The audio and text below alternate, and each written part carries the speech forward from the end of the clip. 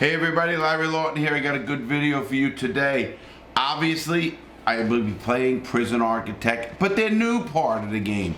I am playing and showing you some good stuff they have on programs, on rehabilitation, on things they can use, and how easy it is to use is amazing to me. Once you get hooked in games, it's crazy. So what I did was take Thug Life Prison. It's called Thug Life. It's a game that was added and I did a review on, and I'm gonna show you how it works with the program. So it's gonna be a pretty good video. Before I get started, you know the game, please check out our member programs on Patreon, YouTube, Cameo, the book, Gangster Redemption, all the stuff. Check it out, man, because this is what we do. This is Prison Architect. So what I am going to do, everybody, is show you the prison now. I use Thug Life, so I wanna move around a little bit on Thug Life and show you how Thug Life Prison works, you know. And this is the guy, the way he made his prison. I did like it, and that's why I took it. No Way Out. Now, obviously, he has a regular prison where they have the stretches and stuff like that. And in this game, again, Prison Architect, you can go right over to your reports. When you go over to your reports, you have all your stuff, your staff, your prisoners, your intake, your jobs, needs, regimen, policy, grants, programs. Here's where it's different. Programs, reform, obviously finances, and valuations. Those are different about the money, and I hate that part of this. You know, whenever I grade people's prisons on this, I talk about how I don't like to see the prisons making money. I really don't. But I'm gonna get right into what Prison Architect did and what I was online with them, and they gave us this stuff, footage of that as well, so that should be pretty good. If you look at reforms, you can now look at the reform in a way with the prisoners, and look what I'm doing, a reoffending rate. So we know what the reoffending rate is on somebody. Obviously they have the higher numbers. You see these guys? 81%, 82%. These are the different inmates. Now, the goal of the game is to get their reoffending rates lower. You know, reoffending, look at how high the maximum security inmates are. Their medium is different. They have no prisoners found in the minimum security in this game. So he has a reoffending rate of 33%, 32%, 24%, 28%. That's really not that bad. But in this game, you can go up here and look at all I can do now. I can go to the health grading, reform, punishment grade, security grade, programs passed. This is where you get them to get a higher rate of lower recidivism rate. But the big one is the programs. Look at the programs here. Now we have different parts of this game that are good, where they have a program with a forest and rehabilitation and a work program. They actually have this stuff now: kitchen and safety, hygiene, work safety introductions, carpentry. Now look at this, I'm gonna keep going down. Apprenticeship programs. They had a bunch of programs I discussed on the show about, you know, what's good for you as a person to do in prison, so when you get out, you could have a job. You know, and I call BS where BS is. You know, when they say, oh, we're gonna teach them to cook, they're the kitchen worker. The fucking guy's gonna be a dishwasher. I don't think you need much experience to do that. Now, plumbing and HVAC, which is air conditioning and stuff, is always needed on the outside. So if you had experience in that, you can do very well. So here they're showing you them right now. Go Foundation for Education Programs, General Education Qualification, Behavioral Therapy, and these are now active. Pharmacological, alcohol group therapy, parole hearings. All of this stuff now is in here for rehabilitation. Now, they call this the second chance prison, which I love. Prison Architect, second chances. And it brings into play the reforms, and look what the reforms can be, going all the way down to health grading, and you do this by now looking at the health and grading of the person, and better programming. They have more programming. To me, that's what the biggest thing is. Now, if I get out of here for a minute, they have a program on this, on tree planting. You see what I'm doing up here? They'll have a program on it. Here is the gravestones and stuff of that nature. But all of this stuff that's done for work is more of the rehabilitation end. Now, you can get more points. You can do. There's so much to Prison Architect that you start going, wow, is this real or not? It is. And I can go in and even go look at all they're doing here. Obviously, this is a prison. This guy's got a busy prison. He always did. So you can look over everywhere he's going here. But here is the yard. Look at this yard. Obviously, trees. Look at the amount of prisoners in this place. Pretty crazy, huh? Prisoners, 747. 747, or that's the max. Maximum capacity 458, and he's got 149 for over here. Guards. This is the guards. This is the prisoners. The max is 474. They got 718. I meant 747. This is the max guards, and they got 130 working at a time. Of course, they have to have shifts off.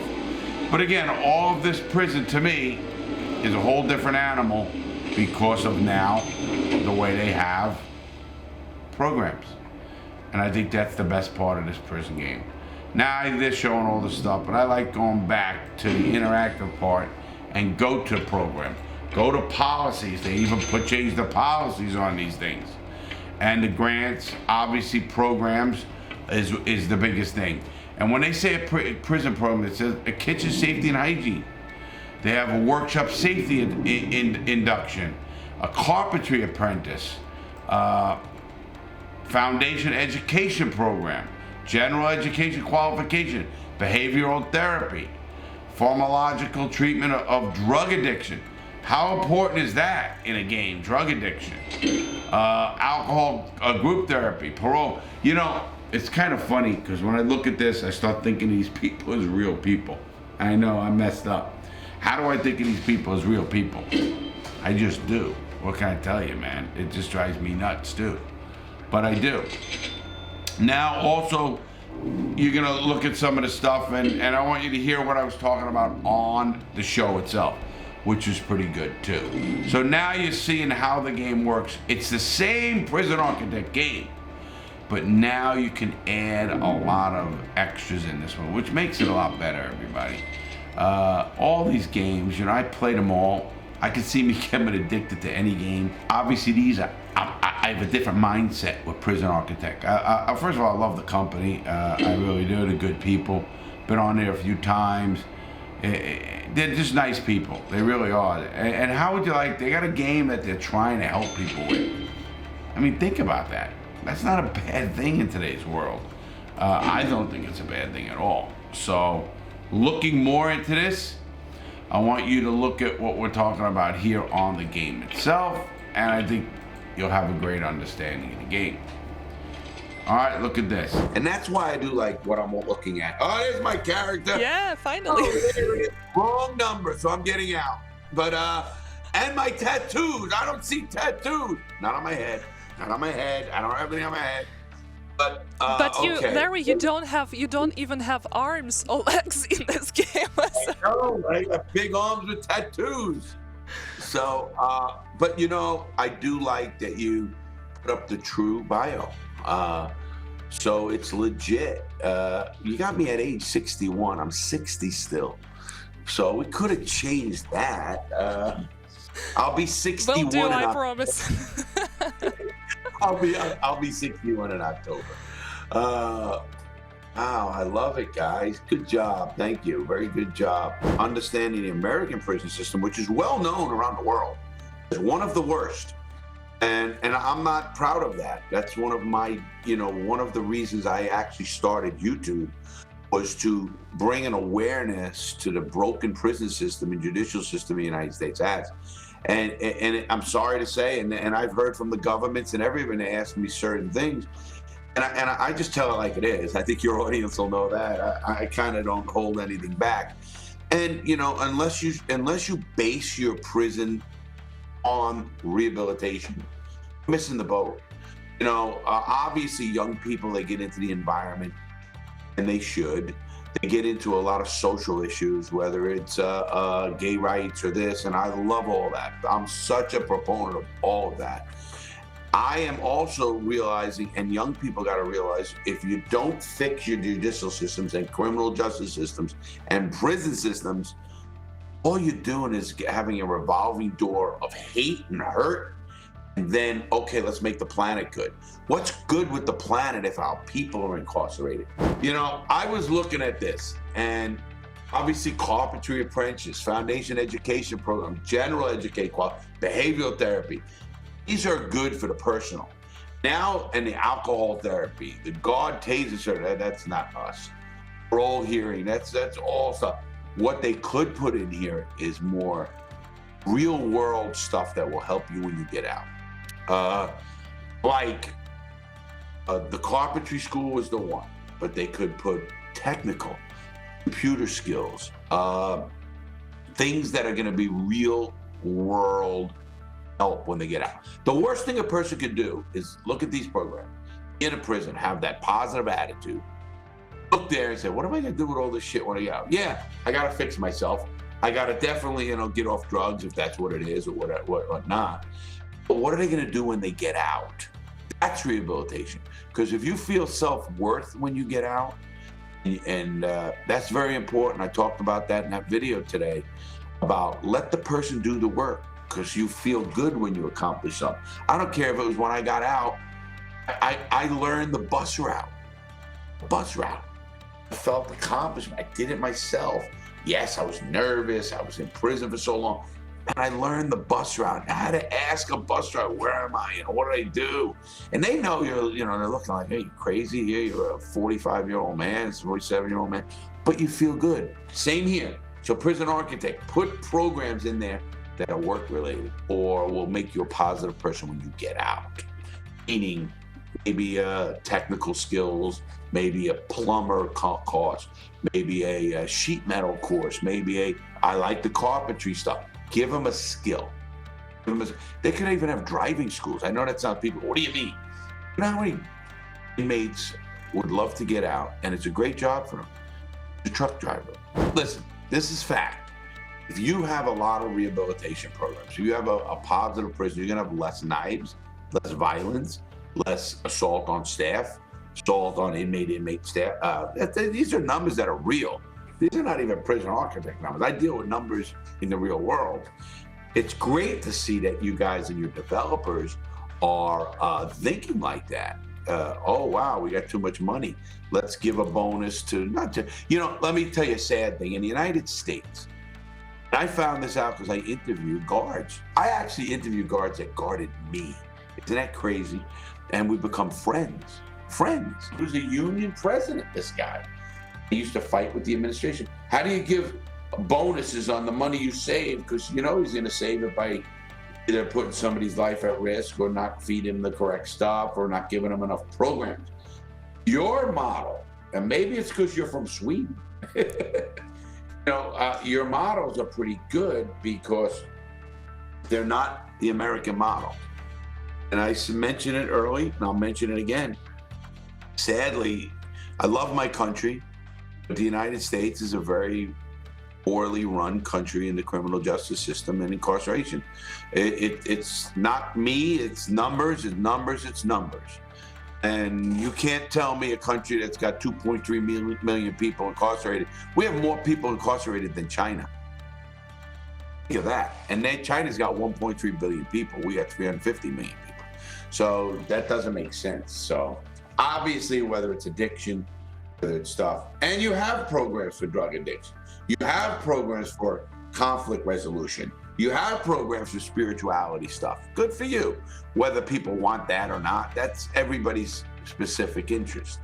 Good for you that you're putting it out there and letting people use it. Now we got to get the grading system. We got to have a Larry grading system. I want to see people do well. And I want to see people safe. I don't want a prison in an area and they get out and kill some old lady. I really don't. And nobody does. So I do want to take the mental part out of prisons, meaning let's get them into either a prison for the criminally insane, And there are, and we have them here in the United States. They need more of them because sadly our prison systems have way too many people with mental illnesses. That either can be fixed or controlled with whatever way. Obviously, I'm looking at this new prison too. This is a little, okay, yeah, this one I saw earlier. This is the eating time. I'm gonna get you guys in Europe to understand our eating, and maybe Europe eats like that at 9 at night. But we don't. Do you eat at 9 at night? Yeah, but why not? I mean, that's actually quite a normal thing for me to do. I mean, I work all day, so.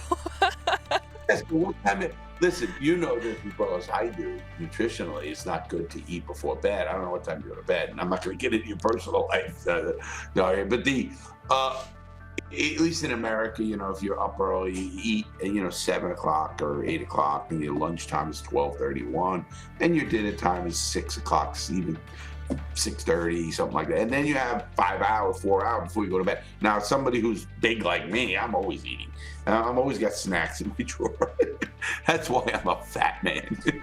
Don't say that. True. But what about commissary? I mean, it's usually possible to buy some snacks or I don't know additional food at commissary, right? But it's when it gets closed during the day, or is it open like throughout the day and accessible for all the inmates? Oh no.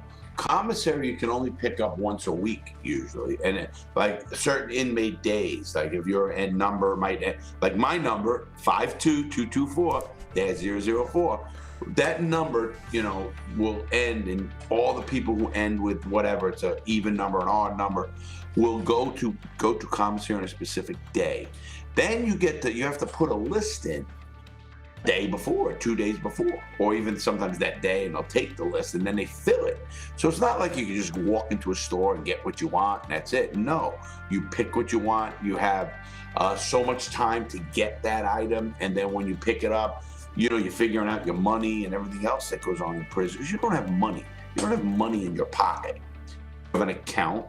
Now they have cards, and you have to go get what you want. The money comes off your card, and you buy it. Boy, what a racket that is in America. Boy, they make money on those. They charge us $100 for a radio. I got out, it was like $11. What a racket. But anyway, so commissaries are only once a week, and then they're open from 6 at night to 8 at night. And there'll be a line, and they'll just fill all those orders until 8:30, whatever it is. And then it's, again, recall. So they figured out systems to keep people, one, like you said, little snacks or whatever you want. I used to keep ramen noodle soups. And I'm going to give a trick to your audience, and they're all going to talk about this. I went from being a millionaire to eating 25-cent ramen noodle soups, crushing them up, eating them raw, and then drinking water so they expand in your stomach so you're not hungry. Oh my God, that's actually an amazing tip. It is a tip. You know ramen noodles. Everybody has the package around. You crush them up, and they actually eat them like potato chips. Like crunch, and they're crunchy. And then when you drink water, they expand in your stomach, and you're not hungry. So 25-cent soups can do that. And the tricks of the trade. So I used to keep ramen noodle soups at all times, ready to go. That's actually a very amazing idea. But then again, it's kind of a little bit sad to hear about that, knowing like what kind of circumstances this idea came to you. So, but yeah, I'm gonna try it anyway, just because now I'm kind of intrigued to try ramen noodles. You're gonna have to tell me. I say, oh man, that was good, Larry. You got it right. But keep up the good work, Prisoner, and your developers. Give them the thumbs up, really. I'm happy to see it, happy to support it, happy to look at it. And now I'm going to go on and look at more. And so the next time I'll probably have another list of stuff. Yeah, but we will be waiting. Larry, it was really amazing to have you with us today. I mean, I'm very excited for whatever comes next, and I don't know, wish you a great day and good luck with your YouTube tutorial, your book, your program, with everything. Thank you, Barry. You guys have been great. Thank you, Joanna, to everybody. You all been great. I really appreciate your support.